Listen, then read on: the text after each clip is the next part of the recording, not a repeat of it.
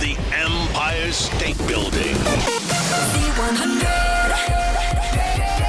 Ladies and gentlemen, can we get a round of applause for Snow Wife in the building, please? Yes. Boom, boom, boom, boom, La, la. boom, boom. You know what I'm saying? Before we get into pool, before we get into what is turning out to be a summer anthem, Yes. I need to know how a dancer turned songwriter has found her heart fulfillment. How about we start there? How's it feel to be to find your path right now and moving in the direction that this journey is taking you?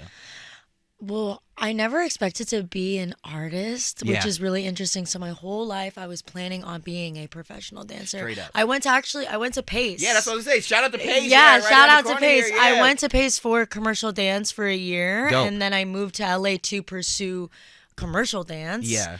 And then I started songwriting in LA, and then I think as soon as I discovered songwriting, and obviously I had an idea of like musicality and like 100%. music direction from dance, and I Yeah. think that dancers have such an interesting understanding of music, and like my songwriting is a personification of my Of your movement. Yo, So- to hear you say that gives me. I'm just gonna go ahead and just start off and say it's giving me fucking goosebumps. If you had any worries, if we could use curse words, that is such Thank a poignant and such an you. amazing, like thing to be able to tap into. Thank So, you. Yeah, you're welcome. Yeah, so it's like, it's just kind of, I think songwriting connected a lot of dots for me. I think that, like, for me, dancing and performance and songwriting and spirituality and communication and politicism, Yeah. like, they all go hand in hand for me. And they always have, but songwriting was, I think, just kind of the last component of the puzzle as Yeah. far as like my artistic roundness, I guess. And that's where you are now. And that's where I am now, is like very like, and then obviously now I'm navigating the music industry, which is an industry that I never thought I would have to navigate, but I'm proving to myself that I'm like been pretty like, it's hard, but like I feel like I'm pretty equipped, and like my decision making is like For sure. been pretty It's spot on, and you're following your heart. You're doing the things that feel right to you. Yeah. And it's interesting that you found that, because a lot of people, they get lost in it. But Yeah. then once you finally find who you are and you're moving in that direction, it becomes easier. Not that Yeah. it's easy for you, but it's navigatable. Yeah, I'm definitely like very body instinctual. I think obviously because I come from dance, and so everything that I move through in music, very much so, like even if somebody tells me something is a good idea, if I physically do not feel that in Yeah. my body, I just physically can't align with it. You know what I mean? I do 100%, because what it feels So- to me like, you have the physical adaptation and connection to your music, like a lot of other songwriters have that. I'm thinking of the Billie Eilish's of the world, the Charlies. You see the sounds and Yeah. colors, and you navigate that way. You see the sounds and movement and fluidity, and Yeah. your soul is this. You were Yeah. meant to be here. Yeah, I think so. And I think that that's like, I think that the spirituality of like destiny for me has been super apparent Yeah. in my music journey. And I think just how quickly I progressed as an artist showed me that fate kind of component of it. Snow White, But- listen, holy crap. I'm loving how, Yeah. like, here we are only like 3 minutes into this conversation, and we are already there. We're like in Yeah, it. We're like, so what does destiny mean to you? But no, it's so amazing that you're able to connect there at this stage of your musical or your artist career, because I mean that just Yeah. sets you up for further success, that we're gonna be reliving this conversation years from now saying like, damn, remember, I knew it, I felt like I was doing my thing. Because yeah, I mean we kind of established that you were pulled from the dancer world into the Yeah. singer-songwriter world. How proud are you of yourself that you were able to find this chapter in the book and be there and create from this space, and maybe not so much disappointed that you didn't get to follow your dance, but you still are doing loads of dance. Yeah, and like dance followed me through this process, and I think like, I guess as far as my proudness of myself, it's really interesting because I think that, again, like the artist position is very interesting to Yep. me, and like I think that you don't necessarily see your steps until you kind of take yourself out of it. So that's what I'm trying to have more of those moments, honestly. Like it's just like obviously like when you're living in LA and like you're like trying to move and like it's such a you are constantly fighting for your life, It's girl, a hustle. every single day. And so I think I'm trying to do that more of kind of like taking at least a few days out of a week or out of a month to like seriously remove myself and be like, okay, where am I? Where was I? Where am I going? And like, why is all of that enjoyable for me? You know what I mean? Yeah, to connect there, to know that you're present.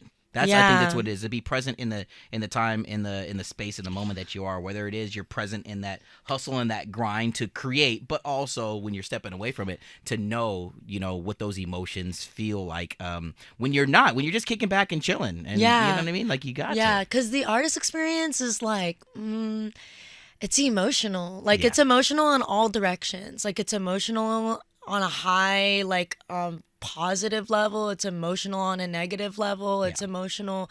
Like every day is super emotional, and you're being pulled in so many directions. So I think that like for me right now, I do have really big goals. So I'm trying to like make sure that I have the tools as a person right now to maintain somewhat of a homeostasis, if you'll to be there, entertain that. No, 100%. When you talk about some of those goals, what are some of those goals that you're setting for yourself? I mean, like, obviously my goals are to be like a commercially large, like pop. Like you're a performance act. Like that's like my goal is to be a legacy act for sure. And like obviously like I take it really seriously, and I do think that like I have the knowledge and like the perspective to get there. I think it's just a matter of like getting there. It's not if, it's when. You know what I mean? Because you're already moving in that direction. Now, when you're creating music, where do you go? Not only in your heart, but in your energy. But where else are you at the house? Are there notes in the phone that are going crazy? Like, where is it that I'm a melody person? I'm also a lyricism person, but like very much so melody. I think because dance comes first to me, melody comes first. So that's kind of where I'll start. Is like I'm very, very, very. I'm not as particular about lyrics. They just have to feel cool to me. Basically, unless I'm like writing about something societally that I think is important. Like, and usually all of my themes and rhetoric have to do with that anyways, just as a person and as an artist. So it just like naturally reflects through the lyricism. But definitely I'm very like stickler on like melody choices. Have to feel right. Since, you know what I mean? The sounds have to be there. The movement that you feel is coming through these lyrics and these sounds is what you want to portray. The music definitely needs to be, before the lyrics even touch the page, the melody and the feeling and the music has to be there first. And if it's not there, then I can't write the lyrics. Yo, for you to not get that twisted, it's a true testament to you knowing who you are. And a word that comes up a lot when people get to know who Snow Wife is unapologetic. Yeah. You know, that's a bold statement, to know that this is how you feel about a certain thing. This is who you are. How important is it for an artist, maybe not just you, but to anyone listening or watching this and thinking, I want to also create myself, but how important is it for that person, and you as well, again, to be unapologetic in who they are, and so honest and vulnerable even at times? Yeah, I mean, I guess I didn't really necessarily realize how forward I was until I started making music. And then I started hearing that a lot. It's like, oh, like your lyricism is so out there and like unapologetic and at times a little bit shocking. And I didn't even necessarily register that as I started creating music. I think that I've also just like, I've always been a very opinionated person. Okay. And not opinionated to the point where my opinions don't change, because I'm also somebody that like constantly is changing and growing. But like in the things that I am passionate about, I would say that like my moral standpoints are pretty strong. Good. And like the way that I want to see the world progress has always around the same ballpark, like been the same for me since I was like 14 or Dope. 15. Dope. I've always been a really political person. I've always been a queer person. Yeah. Like I've always leaned into that. I've always been a spiritual person. So I think that like my unapologeticness as far as like my how people perceive me, as well as like my lyricism, is more of a reflection of just who I am who as you a are. person, I guess. No, 100%. Yeah. No, all the things that you just said right there are super important, because I've been able to be blessed to be in this position to talk to a lot of artists who are finding out that true vulnerability, that dedication to oneself, that being unapologetic in who they are is really what's connecting with people, because that's Yeah. all that we're looking for as humans, is someone who is aside us or in front of us or whatever, who is just being themselves. We Yeah. don't want fake. You know what I Yeah. mean? Like, that's not cool. I think that that's like what's always been most inspiring to me within like artists that I admire, is like people who are brave. Yes. And, Talk like, about some of those people that embody the word brave for you. Who are some of those artists? I mean, Lady Gaga is obviously my Boom. favorite Okay. artist of all time. Yeah. Very obviously. I think someone else, even on like a legacy scale, like someone like Brooke Candy. Damn. She's very brave. Yeah. Like Slater, Charlie, Madonna is very brave. Like there's so many. Beyonce is very You. brave. I mean, you. And let's just talk about, for those who do know, I mean, Texas, Sugarland, Texas, you know what I mean? To be who you are, you know what I mean? And to have that energy and that spirit that you possess, and no disrespect to anybody that's in some of those places that Yeah. aren't as progressive, but Yeah. you have to be very brave to live yourself, to live your truest self. Yeah. And you are doing that, damn yeah, it. and like you're definitely. I mean, Sugarland's like just right outside of Houston, so I still had the like. Yeah, still had Houston. I still had the progressiveness of Yeah, Houston, yeah. but obviously I was in Sugarland, so it was definitely, I was able to see the other side of the Dope. coin for sure. Yes, that's a wrap. Like, All right, now yeah. let us talk about Pool, damn it. Yes. Because we're getting wet with this, besides Wet Dream and American Horror Story. Let's talk Pool, because this record here is Do so love it. damn fun, and It it is. drives, it moves. What was it like to first hear that melody, that sound come together, and know, like, yup, this is going to be something I'm just going to dive headfirst into, pun intended. I think like Pool was really interesting because it's the only song I've ever put out so far that I just like very much so like impulsively was like, oh yep, let's like put this out in 2 weeks. Like Damn. we made it. We literally made it, because I made it with like one of my best friends. It was literally just like me, him, and Name then drop. we were Who's this? Not just best friend. What's the name? Slush There you Slush go. Puppy. So he's like my like main collaborator. Like he produces all my stuff, Yes. and then we were on FaceTime with my other super close friend Jay Bach, who like writes a lot of songs with me. So we're on FaceTime with Jay Bach, and then we're like in the studio, and like, I mean, it's obviously the production itself is like completely just like outrageous. I am at It Lollapalooza is. right now. Th- I am yes. completely off my ass. Like there is nothing. I don't know what's going on. I don't know what time it is. Like, But I'm here in the moment. I'm living it. I'm Yeah. living in the moment. Like, what the fuck is going on? And that, I think that the song generates that feeling so much. So like right when we made it, I was like, we should just, because I was like, You couldn't I do had another song I think in mind for like what my next single would be for the summer, and I was like, nope, this is it. And then we Damn. just like sent it to mix and like honestly just put it out. Like, to be honest.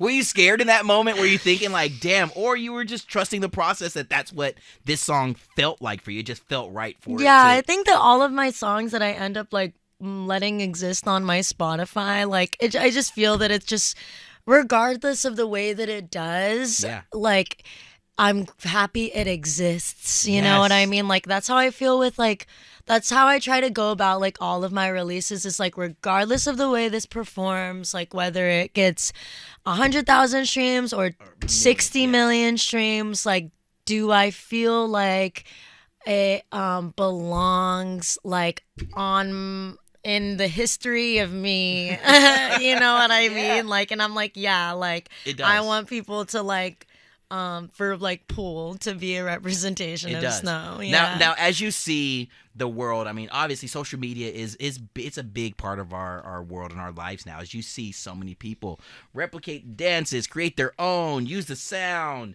What is your relationship? Is it a love-hate relationship? Is it a fond relationship with social media? Yeah. How do you feel about it? This is like a very personal testimony. I don't mind social media too much yet. That may change, obviously, as I become bigger on social media. So I can't really speak as to like what I might encounter in the future. But as far as right now, like I feel like I do like a pretty okay job at like mainly using it for work. And then like I really do try as much as I can to kind of like not feed into comparative culture because that's good. As a young woman growing up, you're going to feed into comparative culture either way, like whether you see it on social media or whether people are talking about it in real life, you're going to be confronted with it. So like as far as me and social media, I try to not unhealthily feed into like a comparative culture, especially amongst women, like too much when I'm like viewing things on social media. That's amazing. Good on you. That could change, obviously, and like because like I know people go through a lot, and like I might go through a lot. Like I probably will at some point. So, but as far as so far, so good. Yeah, we're gonna keep. I'm not gonna say I'm completely unaffected by the internet because obviously I think that everybody my age is affected by the internet. But I would say that I'm pretty mindful of my usage. That's dope. That's dope. It's got to be also just fun to see that your music through the use of these platforms is connecting globally. I wrote down in big letters here, global. Like how nuts is it to realize that there are people that are diving in, that are with you, that are in countries that you maybe haven't even thought of or know how to speak English as their first language. Yeah, I think it's been like cool because I think that everybody so far that's reacted to the music, I feel like we're like friends, like we would be friends in real life, you know what I mean? Like the type of people that Snow Wife is attracting are people that I would probably just vibe with in real life. Hell yeah. Which is something that I'm excited about. I'm excited that that's the type of fan base that I'm building. Sick. Like I'm building a fan base of people that think like me. And I think that any sort of community is like built off of people that are like-minded. And again, it goes back to what we said just a bit ago in this conversation. It's you being true to who you are that is building this solid community. Yeah. Is building this tribe. And before we get you out of here, I would want to talk about that initial tribe, those friends of yours who were there with you thick as thieves when you decided to take your butt from here to Cali. And my dance friends. Yeah, like what does it mean to you to have those people that are there for you to pick you up when you're down, but also to put you in your place when you think that you are, you know what I'm saying, doing well and you're maybe not. What does it mean to have that core group, those people that mean the most to you? I mean, I genuinely think that my relationship with my roommates, who are my core 3 dancers, I genuinely think that my relationship with them is going to be the reason that I stay grounded for the rest of my career. That's for sure. That's special. Like it's been like that single-handedly has probably been like the most rewarding like thing about this whole process is like the amount of like camaraderie and like community that it's brought between the 4 of us. Like, so I'm gonna ask you real quick a name and a word that best describes that person. So all right, what's one of the besties' names? Lola. Okay, so Lola, what makes Lola special to you? Lola is very similar to me in a lot of ways, but the way that we're different is she's a little bit more compassionate than I am. All right. Who's next in the Tiago. All right, so come on now. What is it about T? Tiago, literally, you could be crying, sobbing. Everything in the world is going wrong. Like you feel like everything is going to shit and you're dying. And Tiago you'll literally be sobbing and he'll like show his phone to you and be like, do you like this post I just posted? And I'm like, Tiago, girl, like we ain't even talking about that. And he's like, but look at what Kim just posted.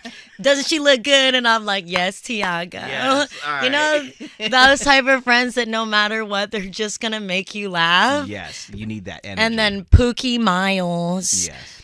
He is incredibly culturally just intelligent. Love that. Like he is definitely such a sounding board. I mean, all three of them, honestly, are such sounding boards for me on, just keeping that ethicality, keeping the culture and the ethicality of what we're doing, like always in line with like the agendas that we want to be pushing. And like they're all just extremely educated about pop music, and they're all very extremely educated about pop culture. And like I think that as an artist that's surrounded by like a big team and this and that, it's really important to have people maybe on a little bit of the outside of that are like also consumers that are like my age, you know what I mean? And like, and be like, and I'll show them something that may not be it. And they're like, I don't know, girl. Like, let's think about how this is going to go over with this community or this community or that community. Cause I don't know, girl. And you need that. Like, you know, need to have those people. Yeah. Lastly, who gets pushed in the pool first of those three? Tiago. Tiago loves to swim.